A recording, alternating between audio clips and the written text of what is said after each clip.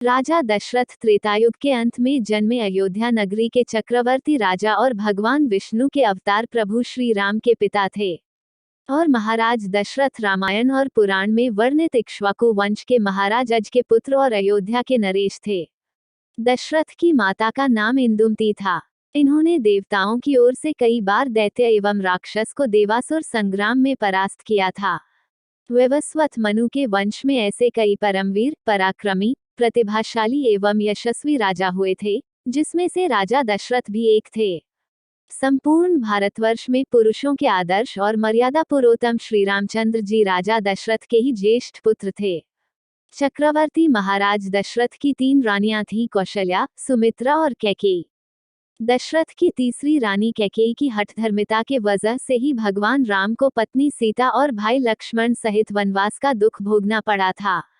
राजा दशरथ को अपने पुत्र भगवान रामचंद्र जी को वनवास नहीं भेजना चाहते थे, लेकिन फिर भी अपने पिता का वचन झूठा न हो इसके लिए भगवान श्री राम वनवास का दुख भोगने के लिए तैयार हो गए। और इधर भगवान राम वनवास को जाते ही उसके पिता पुत्र स्नेह वियोग में अपने प्राण त्याग दिए। दशरथ के चरित्र में एक महान आदर्श महाराजा, पुत्र को प्रेम करने वाले पिता और अपने वचनों के प्रति पूर्ण समर्पित व्यक्ति को दर्शाया गया है। दशरथ का जन्म। महाराज दशरथ का जन्म त्रेतायुग में इक्ष्वाकु वंश के यशस्वी और पराक्रमी राजा अज के यहाँ रानी इंदुमती के गर्भ से हुआ था। उस समय उस स्थान को कौशल प्रदेश के नाम से जाना जाता था, जिसकी स्थापना वैवस्वत मनु ने की थी, और वो स्थान पवित्र सरयू नदी के तट पर स्थित था, जिसे आज हम अयोध्या नगरी के नाम से जानते हैं। समृद्ध और सुंदर अयोध्या नगरी इस प्रदेश की राजधानी थी। महाराज दशरथ वेदों के ज्ञाता, दयालु, धर्म के लिए अपने प्राण तक न्योछावर कर देने वाले, रणकुशल और प्रजापालक थे। इनके राज्य में प्रजा कष्टरहित, सत्यनिष्ठ, धर्मनिष्ठ और ईश्वर भक्तिया थे।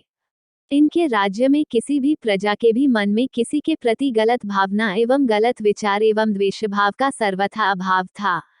दशरथ की पूर्व जन्म की कथा। प्राचीन काल में एक समय की बात है, मनु और शतरूपा ने वृद्धावस्था में दोनों एक पैर पर खड़े रहकर भगवान विष्णु की घोर तपस्या की। इन दोनों की तपस्या को देखते हुए भगवान विष्णु बहुत प्रसन्न होकर इन्हें दर्शन दिए और वरदान मांगने को कहा। इन दोनों ने कहा, हे प्रभु, आपने दर्शन देकर हमारा जीवन धन्य कर दिया है, अब हमें कुछ नहीं चाहिए। इन शब्दों को कहते समय इन दोनों की आंखों से प्रेमधारा निकलने लगी। भगवान विष्णु बोले, मैं तुम्हारी भक्ति से बहुत प्रसन्न हूँ वत्स। इस समस्त सृष्टि में ऐसा कुछ नहीं जो मैं तुम्हें न दे सकूं। भगवान विष्णु ने कहा, तुम निस्संकोच होकर अपने मन की बात कहो। भगवान विष्णु के ऐसा कहने पर महाराज मनु ने बड़े संकोच से अपने मन की बात कही, प्रभु, हम दोनों की इच्छा है कि आप किसी जन्म में हमारे पुत्र रूप में जन्म लें।